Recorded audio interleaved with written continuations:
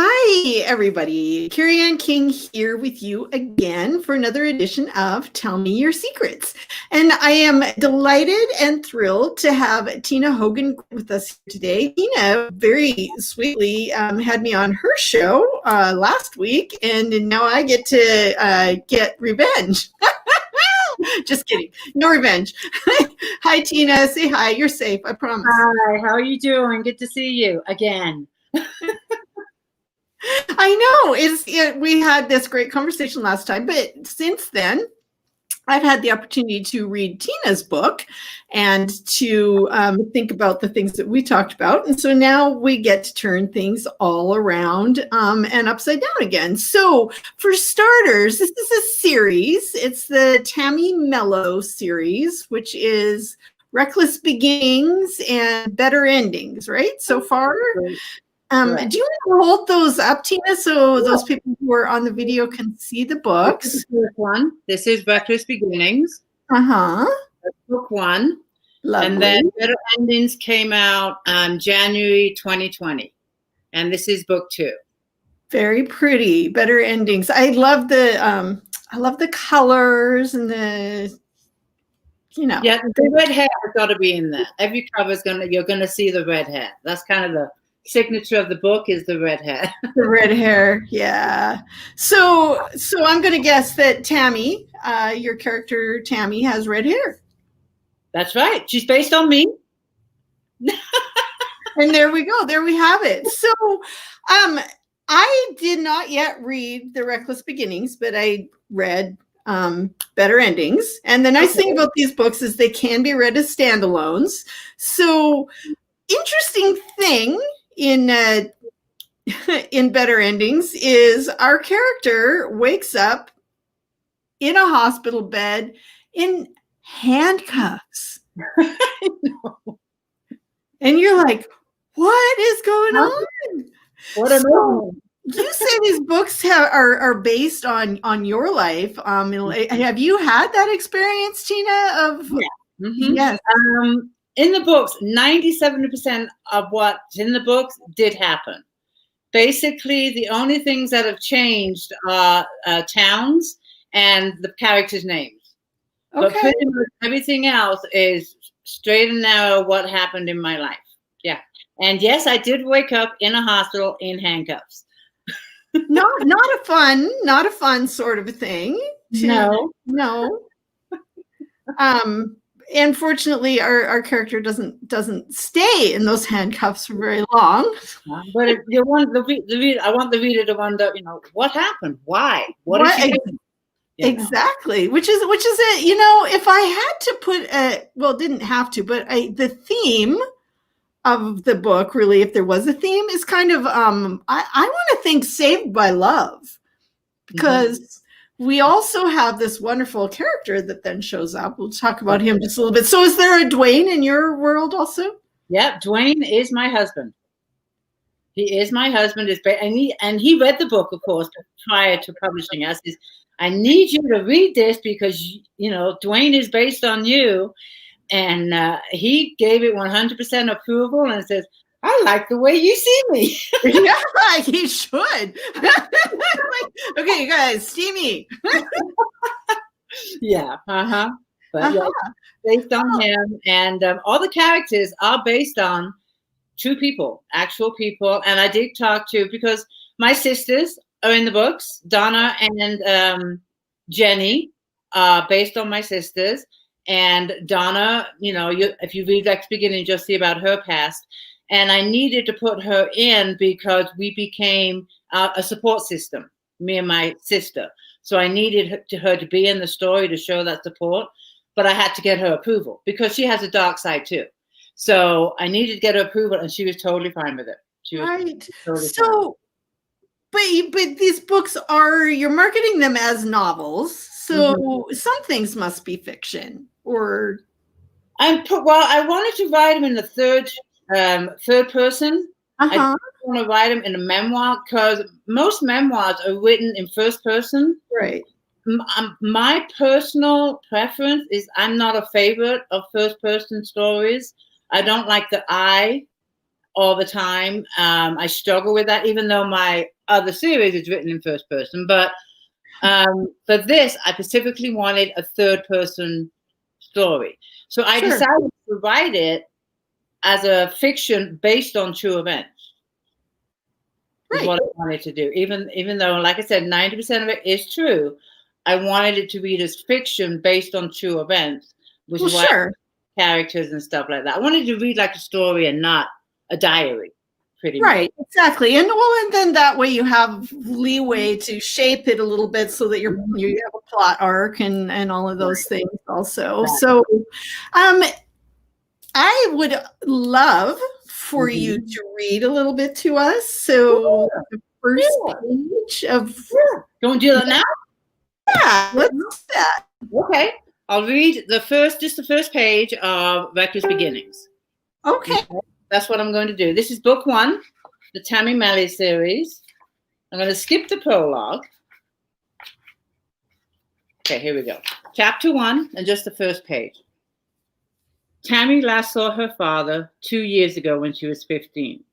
He had managed to squeeze in a short 2-day visit to England while on a book tour. But other than that, he had apparently been too busy for her to visit the States during the summer holidays. At that time, it had been a year since Donna's disappearance, and there was still no trace of her. No matter how much Tammy pleaded with her father to allow her to move to America, he had always come up with a different excuse. His latest was she needed to finish school in England. They'd been sat at a small round table in the quaint English tea room when he told her about his latest reasoning. Tammy's seat was next to a large picture window that looked out onto a busy street, clustered with many shops, restaurants, pubs, and people eager to spend their money. They were having lunch before he left the next day for his return trip home. His visits were always the same, short and rushed. Staying for just a few days was never enough time for Tammy to persuade him to let her to move to the States. His work as an author engulfed him entirely, leaving little time for anything else. When he wasn't writing, he was traveling the world promoting his book or doing research for the next one. Sitting across from him with her back to the windows, she had her arms folded high across her chest, expressing her disappointment, with pursed lips and sullen frown, when she was once again told no, in a stern voice by her father. I just don't understand why I can't go to school in America. It's just the same over there, Tammy argued. And that's the first page. Nice. So, how does your father feel about these books, or is he still around? Unfortunately, he passed before it was my father passed away in 2010, unexpectedly. And it was the death of my father and me being diagnosed with cancer that pursued me to get this book written, because I had this idea over 25 years ago to write this book. But you know how it is, life gets in the way and you put it on the back burner, and then all of a sudden things start happening in your life. You're like, well, wait a minute, I'm not going to be around forever. If I really, want to write this book, I better start knuckling down. So the cancer of my dad's passing happened in 1 year. I'm like, okay, that's it. I'm going to get serious about this book. And that's when I started writing the outline and the chapters. So unfortunately, he never got to know about me becoming an author or wanting to write a book. I think I told him maybe, one day I'd like to write a book. And he goes, well, he even said, you better start soon. But that was probably 5 years before he passed. So it was something I've been wanting to do, but he never got to see it. Right. It's sad that he wasn't able to see it. But, at the same time, isn't it fascinating how it is often the difficult things in life that motivate us to do something that we've always been meaning to do? It was the same for me with, getting serious about writing, because we just kind of drift along and we're on a path, and then it takes a good crisis to shake us up a little. And before you know it, 10, 15 years have gone by. When I had the idea, because he passed in 2010, and I told myself, okay, I'm going to knuckle down and do this. I was still fishing at the time. I think I was, or maybe getting close to ending it. But anyways, I still didn't have to find the time to write it. So it still took another 8 years. Right. You've done this nice transition to fishing, so I'm just going to dive right off track and go into that.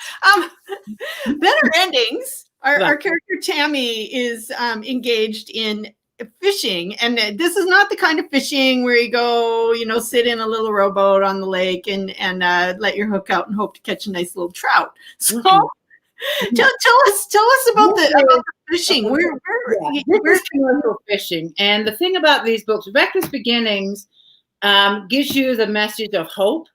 I'm going to just give a little background of Reckless Beginnings first. Sure. But Tammy in Reckless Beginnings finds herself being dictated by a heroin addict.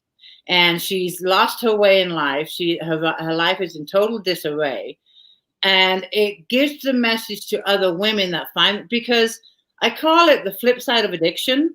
Mm-hmm. Because nowadays you don't hear from the person that's involved with an addict. You only hear about the addict's problem. But I give the person it doesn't necessarily have to be a wife. It could be a husband. It could be a son. It could be a daughter. It could be a mother. All of these people, their lives are affected, when they're with an addict. And this book gives them a voice. So this book shows a message of hope that you don't have to settle and that we all have choices in life. And it just shows the struggles that Tammy had and how she reached, the struggles and the challenges and how she bettered her life. So that's what Reckless Beginnings about. And then Better Endings picks up right where Reckless Beginnings left off, like 3 years later. She's a single mom. She has her son. And what my editor said, yes, it's an adventurous story, but it's also the sweetest love story.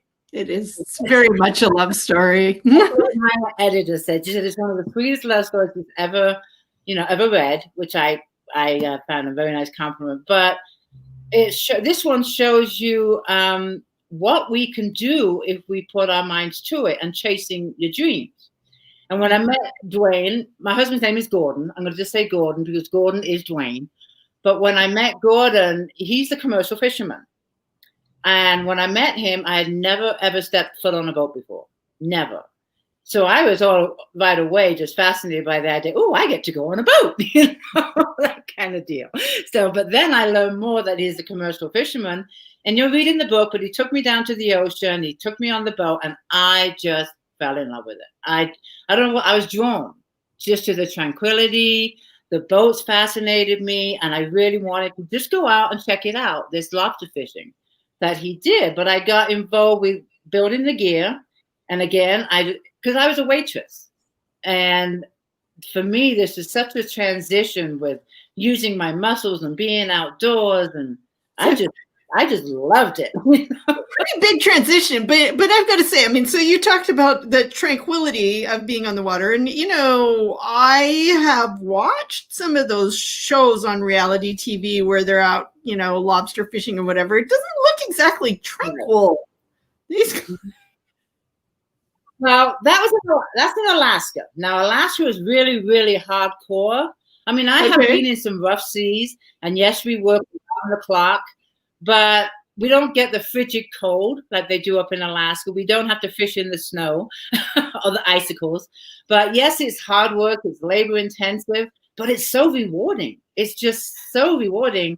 And we had so much fun out there. I mean, we laughed so hard. And you've read some of the adventures in the book and the unexpected that happened. And every day you wake up, and it's also, you never know what you're going to get by the end of the day. Are we going to have enough to pay our bills? Are we going to have extra? That kind of deal. And that was one of the things about fishing. Like being a writer, Tina. Exactly. How many books are you going to sell today? It's the same kind of deal. So you couldn't really budget your income. And we would always get in debt. We would spend thousands of dollars to get out there. But you need bait. You need fuel.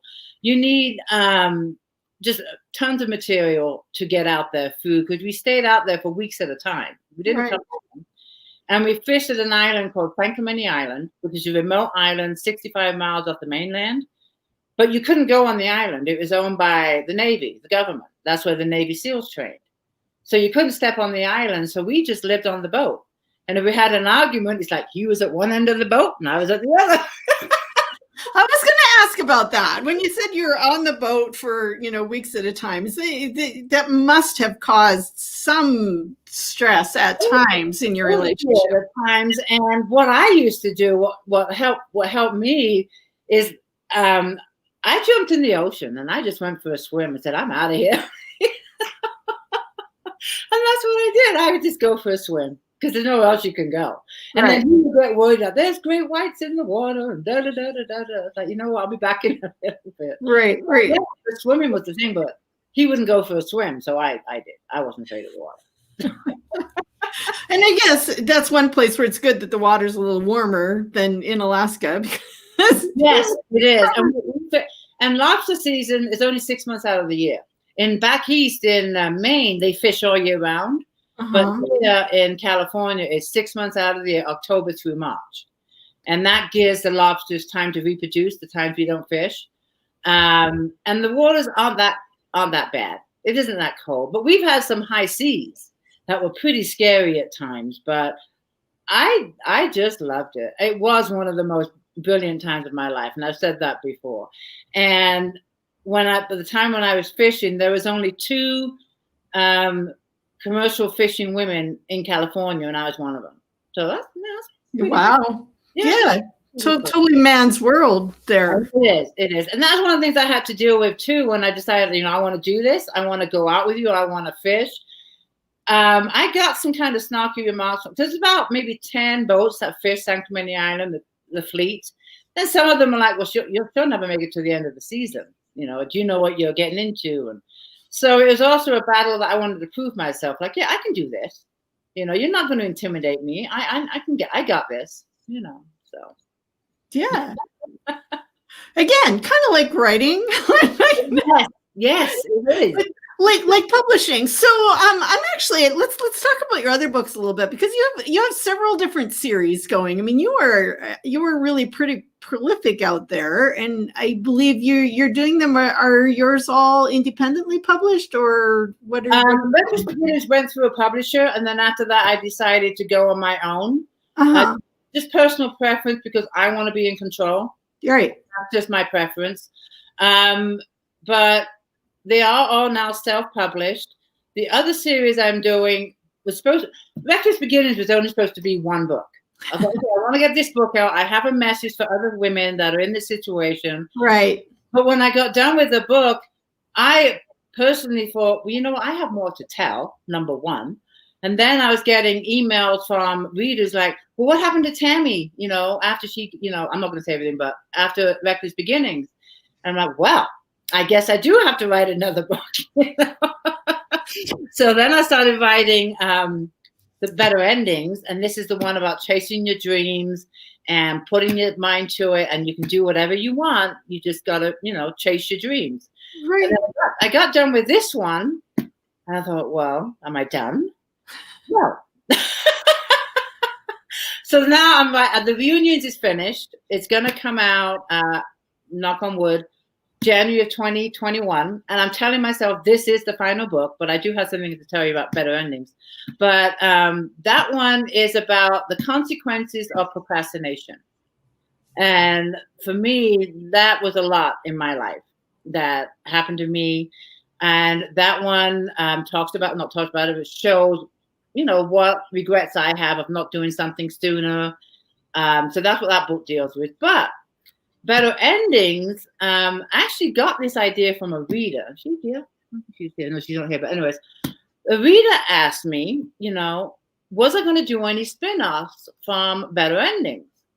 And I right away said, no, I don't think so. But then after a week of thinking about it, you know, maybe I could, because my husband and I had so many adventures fishing over the 10 years that he did it for 15 or 20. I did it for 10. But I only mentioned a few of them in the book. So I'm contemplating doing outtakes from Better Ending as short stories. Oh. You know, each one will be a different a sea adventure that we've experienced as a short story. So that might be coming. It's some outtakes from Better Ending. And I think that'll be fun to write. So we have a reader who says here, congratulations on completing Reunion, Ruth says. So Reunion is the name of the third one then? That is called The Reunions. And the first draft is done. I'm now cleaning it up. My favorite part of writing a book. I'm sure you can relate. And I'm going through that, and I'll probably go through it like 2 or 3 times. And then I want to get it to the editor by the end of November. And my goal is to get it published sometime in January 2021. It goes to the cover designer November 30th. Uh-huh. Yeah. Cool. Oh, well, so we'll all be waiting to see the cover. So we do need to talk about Better Endings received an awesome honor. So tell us about the award. Awards are so exciting for authors. Hey, this is my first award. So as we say in England, I'm chuffed to bits. And it's from Reader's Favorites. And it got I have to think before I say this. It got the Best Fiction Adventure 2020. It got the gold medal. Nice. So that's a huge, huge compliment. And I'm chuffed that it happened. And they gave it a fantastic review. They did. So I'm pleased. Yeah, that's very exciting. I love when books get awards. It's so much fun. And then so your other series that you do, are any of those also based on real life, or are they? No, not at all. I have to make that clear. Not at all. Not at all. The only relation we have with that one is that I love the beach, because that's where they take place in San Diego. But what happened was I finished Reckless Beginnings. I finished Better Endings, and I wanted the same editor that had done Reckless Beginnings, because she knows the story, she knows Tammy, and she was booked up until I think September. I had 4 months until I could get her in. So I thought, okay, I think I'll start another series. I have 4 months. Well, not another series, another book. Right. I think I can write another book while I'm waiting for this editor. So I decided to write a steamy romance. It's a suspense romance. It's steamy, but it's something I just wanted to try and write. And it was fun. I had fun writing it, but it was only supposed to be like Reckless Beginnings, one book. And it's called the Sabella series. And the book is called Slater. So when I finished that book, by then the editor had Better Endings. I'm like, okay, now what am I going to do? So I'm waiting for the editor. So then along comes Eve, and she's another character in the Sabella series. Okay, I'll give Eve a story. So now I'm on this path with the Sabella series where all the secondary characters in the first book are now getting their own book. Claire was just released, I want to say a month or two ago, not that long ago. And I'm going to have 2 more books in that series. The next one's going to be Jill, and then there'll be a 5th one. So what started out to be just 1 book is now going to be 5. I'm sensing a theme here, a trend. Yes, I know. So I want to get these series completed, get the reunions out there, get Jill written, get the final book written, because I do have an idea for another series. But I don't want to start anything new until all these have got the little bows on and they're all out there, all finished. But I will continue with the outtakes or Better Endings. I do want to do that. Yeah, that's a great idea. Ruth says the Sabella series is rated R, by the way. So it is R. It is.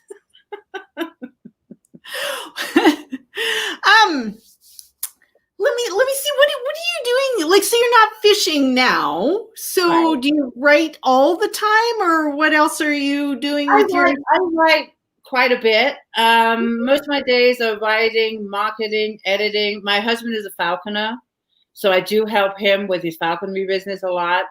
I also do. I want to call it professional organizing, and I have clients that I do that for, even though I need that too. But most of my time is spent writing. It really is. Yeah, that's basically what I do. So it would, given the amount of books that you're writing, I would think that, you would have to spend a lot of time at it. And I'm a night owl. So I do my daily chores during the day, and I'll be up till 1 or 2 doing my writing and my book stuff too, because I would love if I could just sit down and write a book and that's all I have to do. But you know how it is. We have to be out there. We have to market. And that takes up a lot of time. It really, and it's like I do that during the day, it seems like. Because for me, there's too many distractions during the day for me to concentrate on writing. Right. Unless I do what you do and go get an office. Well, yeah, I have the office, or I usually write early in the morning as well. I like to do I see opposite of you. I do my writing still kind of considered night, probably by most people. I get up at 4. Mm-hmm. But I hear you. And then, yeah, the marketing things, which I say we get to do because really it's fun, like time consuming, but fun. Like we get to hang out with readers and do stuff like this, right? So how cool is that? I have the group and I love, mingling with the group and interacting with them and chatting with them. And the support is just amazing. They talk about your books, they share your books, they invite people to your group. I see the same people all the time when I'm doing takeover, like, right here, right now, all these people I know from my group, and it's fantastic. Right. They know about my books, they've read my books, but yet they're still here showing their support. And I love it and I appreciate it. Right. And then they tell other readers. It's kind of like, remember that old hair commercial, the Clairol commercial. And I told 2 friends and they told 2 friends and they told 2 friends and so on and so on. So it's like this old commercial. And that's what you really hope for, right? As an author, that you have people who love your books enough that they tell their friends and their friends read and then they tell their friends. And then that's how we get the word out there. Yeah, word of mouth has always been the best form of advertising. Oh, yeah, absolutely. It really has. Right. Ruth says, Tina has her cave. You have a cave, Tina? I have my cave, and that's it right up there. If you can see the loft up there, that's where I do a lot of my writing, and I call it my cave. And we have a tiny house, and that's across the property. So if I really want like solitude and quiet, I'll go to the tiny house. To the tiny house, yeah. Tina, I also I have several places that are right. I have a loft too, actually, where I go being away. The cats go with me there. Unfortunately, I'm not using it right now because the puppy is not going to be allowed up there. No, I have 2 dogs, and the thing is, the Jack Russell, she will sit at the bottom of the stairs and go, yeah. And how can I write with that at the bottom of the stairs? So I kind of, give in and take her up there. But now it's like, okay, every time I go up there, I got to go up there too. Right. Yeah. Yeah. So to this point, it's been only cats up there, no dogs. So I've been just not going up there because I don't want to. Anyway, we'll figure it out. It'll all be good. But I also have my downtown office where I have internet and I can get away from everybody. And I have a tugboat. I love that idea. It's very smart. So you've already talked about what's next. I want to make sure that people know where to find you. So I know you have a website. You guys, you can go to tinahogangrant.com. You're also on Facebook. What's your Facebook group called for people who don't know? Read More Books. Read More Books. Well, hey, that's a great idea. A great book name. I love it. Read more books. You write more books, and then you have all of your readers who read more books, right? Exactly. Are you also on Instagram, Tina? I am on Instagram, Tina Hogan Grant, of course, and I'm on Twitter, but I don't understand Twitter. I don't get Twitter. You're not going to see me commenting on Twitter, but I have an account there, but I'm not very active. Pinterest. I love. Oh, really? Do you do Pinterest? I have Pinterest. I don't go there very often. I love Pinterest, and I also have a community board on Pinterest that's really busy. I think it has now. Oh my gosh, I think I have 4,000 members, and I think I want to say 15,000 pins. Wow! But it's really So what kind of stuff do you put up there on your Pinterest? My books, of course. Each book has its own board, but I also put up like book memes. I put bookshelves, cozy nooks, book reviews, authors that I recommend. When we chatted, that's up there. Cool. I have a video link to that. So every time I do a chat, I have a board for that. Nice. I have another board for photos from readers with my books. So there's all kinds of things you can put up there.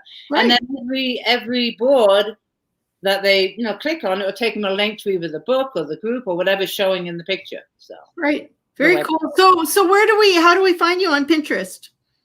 If you punch in my name, Tina Hogan Grant, you should be able to find it. And I put it right up. Yeah. Okay. So, All right. Well, I thank you so much for joining me here today to talk about your books. Just a quick little plug for me myself. You guys, you can sign up for my newsletter at www.carrieannking.com. You'll get a free download of sample chapters of all of my current Carrie Ann King books. And if you haven't picked up A Borrowed Life yet, you might just want to go grab that because it's out and readers are loving it. Tina is, as she said, working on new books. So make sure you hang out with her and find the new ones. When do you think that the third Tammy Mellows book is going to actually be available for readers? Do you have a guess? Well, my goal is January 2021. Okay. That is my goal. We all know how things happen. Yeah. I'm shooting for January 2021. I don't have an exact date. Okay. Perfect. Yeah.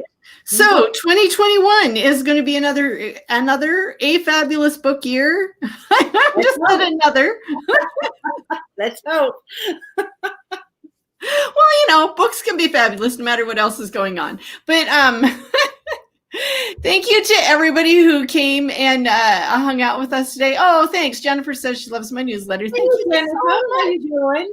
And Ruth is here, and I've been really. Jennifer's here. Ruth is here. There were a couple people who were up a little higher, but kind of lost Thank them. Thank you guys for being here. Thank you so much. Yes. We had a really good time. Thank you, and I'm glad we met. I will be looking out for more pigeon and falcon pictures. I'll get you some falcon ones. All right. Okay, take care, everybody. Go read good books. Consider Tammy Mellows as a good place to start if you haven't read them yet. There you go. Bye. Take care. Bye.